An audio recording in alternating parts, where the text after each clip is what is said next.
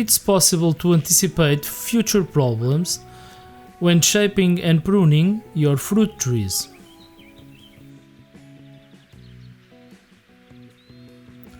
Searching information on your apple varieties is important, as not all can be pruned the same way.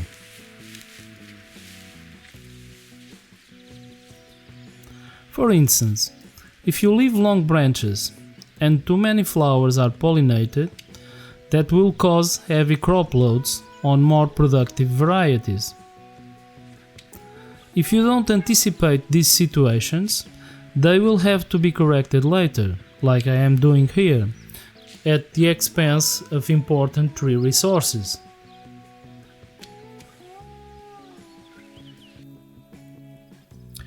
It's always better to correct pruning mistakes, even if the solutions seem a bit drastic.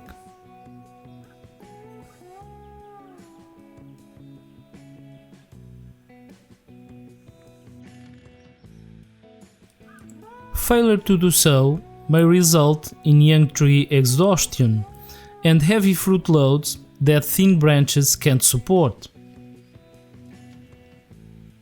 This is the same tree several weeks later and the problem still exists. You can't forget that these fruits will grow and will gain weight.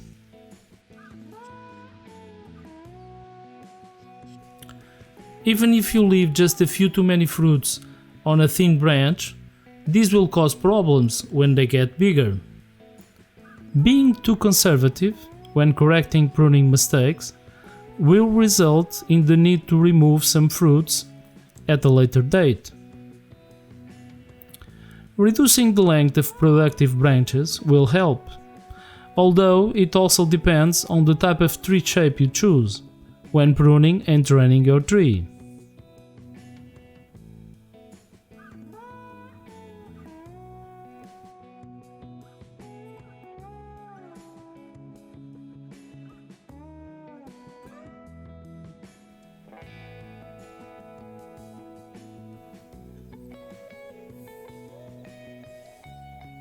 For instance, when training apple trees in the open center system, the main branches have no problem in supporting the fruit load of short productive spurs.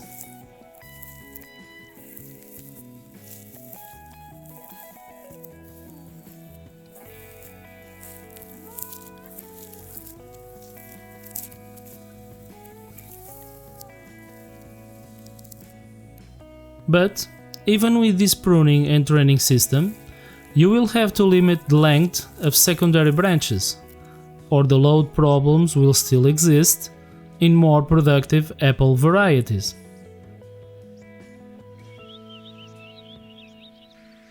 In these cases, heading the branches or thinning excess fruits will still be needed to avoid problems.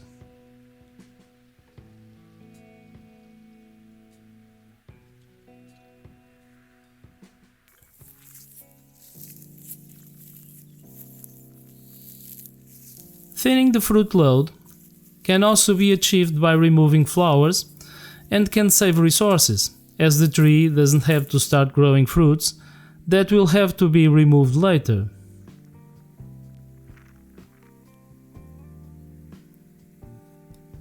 Fruiting spurs will produce clusters of flowers that, when pollinated, will produce clusters of fruits.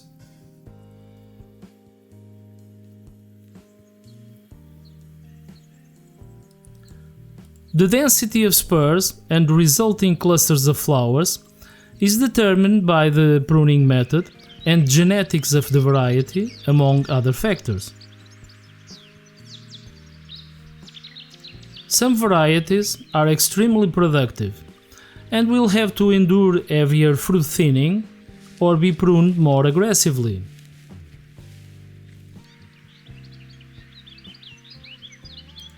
As apple trees produce fruits on older wood, it's important to be able to recognize fruiting structures, like fruit buds and spurs.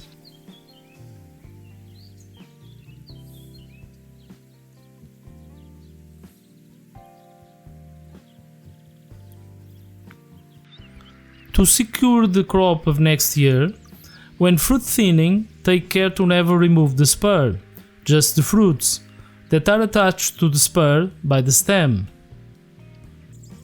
Insect pollination, mainly through bees, is essential to good fruit set.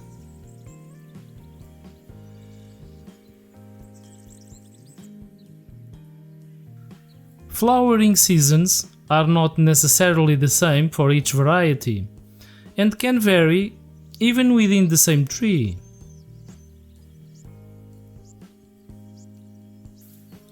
This makes thinning by removing flowers not practical, even in the home orchard.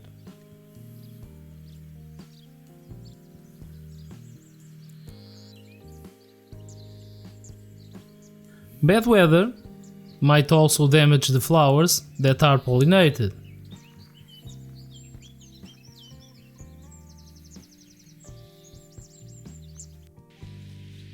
Unpollinated flowers are also not uncommon.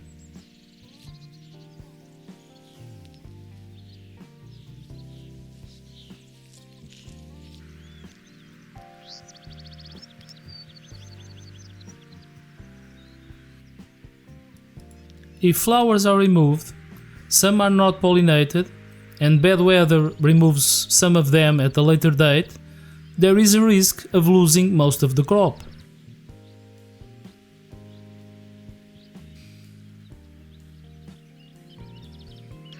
So, removing young fruits when they are yet small is the common practice for effective fruit thinning.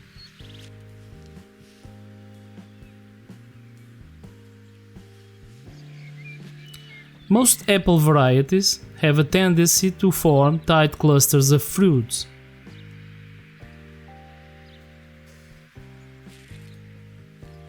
These clusters will have to be opened, or the growing fruits will not develop well.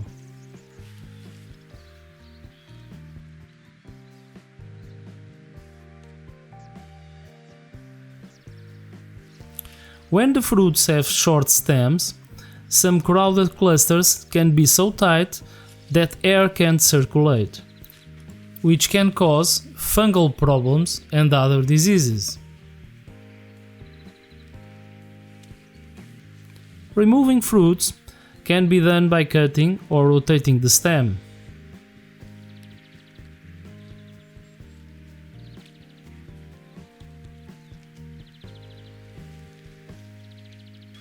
Start by removing the smaller fruits in the cluster.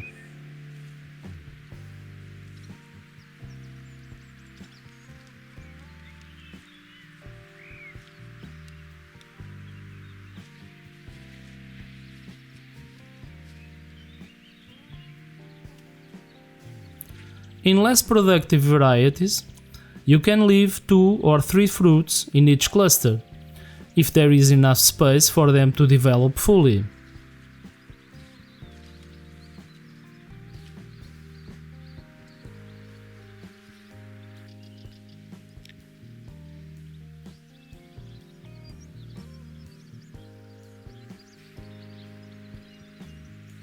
In more productive varieties, leave just 1 or 2 fruits per spur, and make sure there is enough space between fruits on the same branch.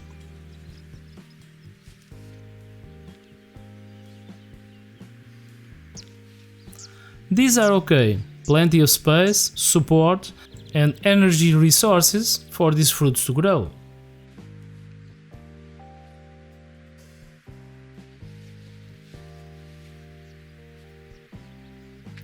These are too crowded, the branch won't support them.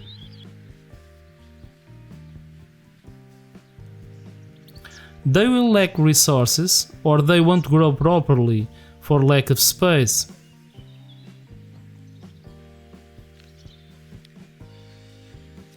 Always remove fruits that are deformed or show signs of disease or insect damage. Codling moth, apple maggot, and other pests will infect some fruits if pesticides are not used, which I avoid.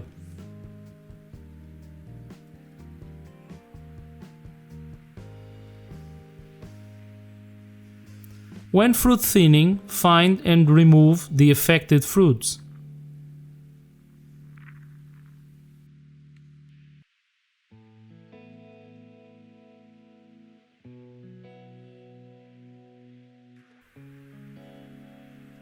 Fruits of unthinned trees will be small, and some will not develop fully.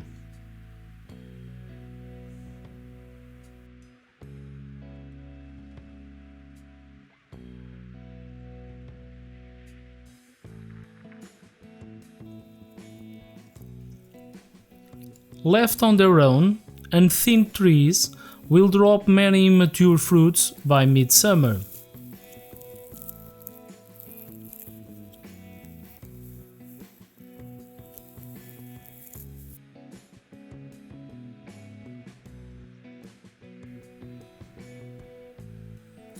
Although older dwarf trees can support heavy crops, thinner branches might be at risk, or the trees might tip over if unbalanced by fruit loads.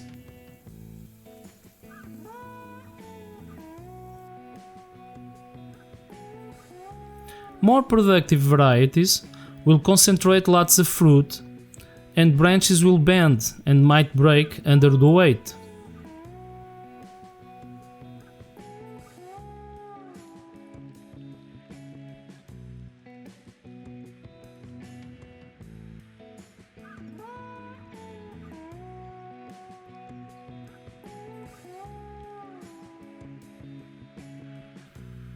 Tip bearers and partial tip bearers varieties, like Granny Smith, are more prone to this situation and will have to be well pruned and thinned to avoid it.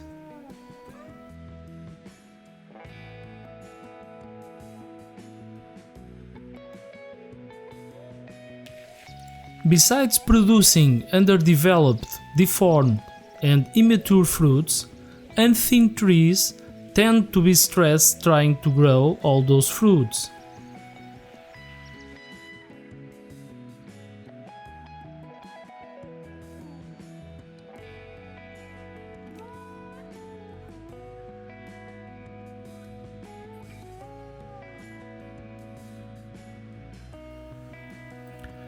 They deplete their resources and are more prone to biennial production, that is, they might only produce fruits every 2 years.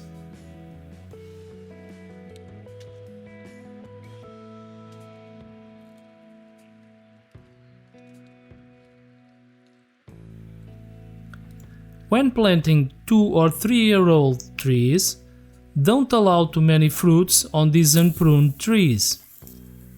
They might grow large fruits that they can't support, and this will stress the tree.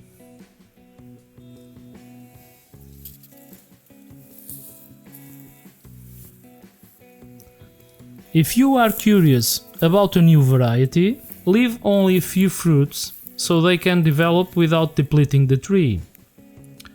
This might slow its growth though.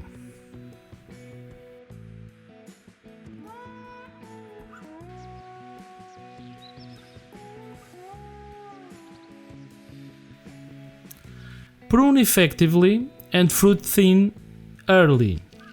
Adjust according to your apple varieties and area weather.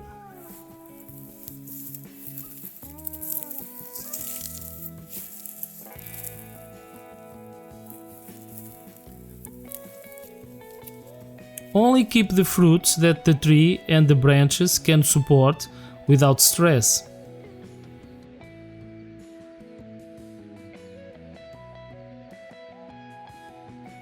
If you were too conservative when fruit thinning secondary branches, remove the excess fruits before the branches break. If you want to preserve more fruits in each branch on young trees, you will have to support the branches.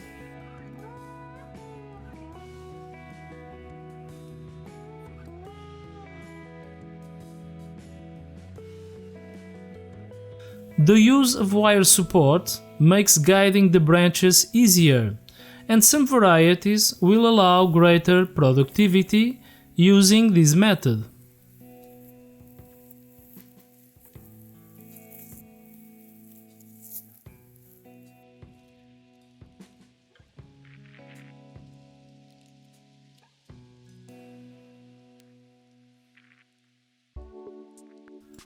Fruit quality is first determined by genetic factors like apple variety and rootstock used.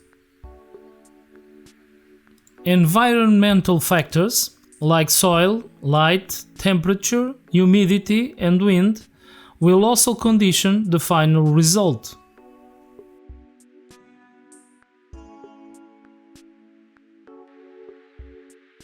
Agricultural factors like training system, pruning, fruit thinning, pollination, nutrition, and irrigation are the last set of factors that determine fruit quality.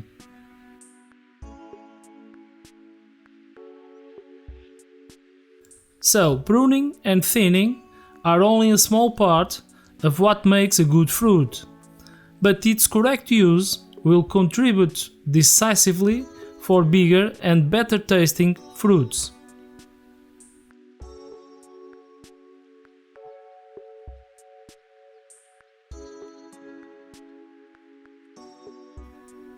Unpruned and unthinned trees will produce a large number of very small fruits.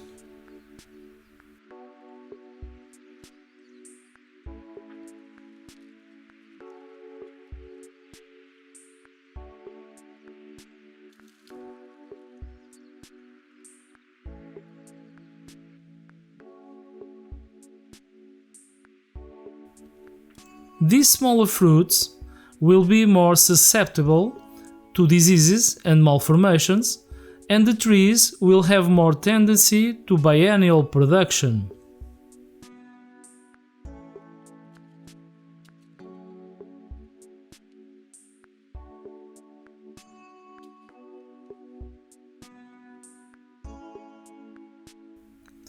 Energy will be used to concentrate sugars in these bigger fruits, but also for adequate growing without stressing the trees.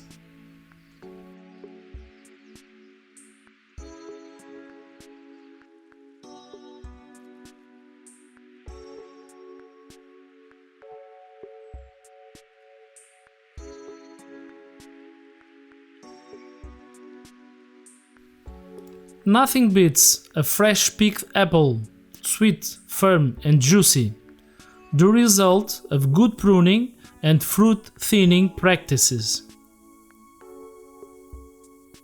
Thanks for watching. Like, subscribe, comment and share the video to support the channel. Hit the bell to receive notifications of new videos.